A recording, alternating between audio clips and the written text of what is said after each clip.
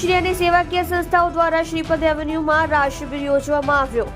Shri Balaji trust તેમજ શિવનેત્ર આંખની hospital દ્વારા રાહત દર શિબિર યોજવામાં આવેલ હતો, જેમાં શ્રીપદ એવન્યુમાં પ્રમુખ શ્રી મયુરભાઈ કકાની અને કમિટી સભ્ય શ્રી પિન્ટુભાઈ બોરડ, ઉમેશભાઈ, વિશાલભાઈ, સાવનભાઈ, વિઠ્ઠલભાઈ સાવલિયા તથા સોસાયટીના દાદર પ્રમુખ દ્વારા શ્રીપદ એવન્યુમાં તમામ સભ્યોની આંખની તપાસ તથા શારીરિક તપાસ કરવામાં આવી હતી.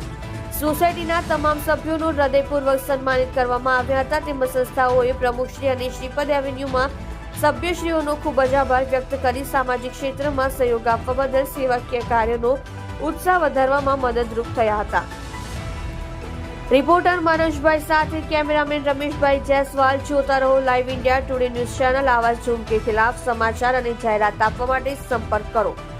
Mobile number 9714610465.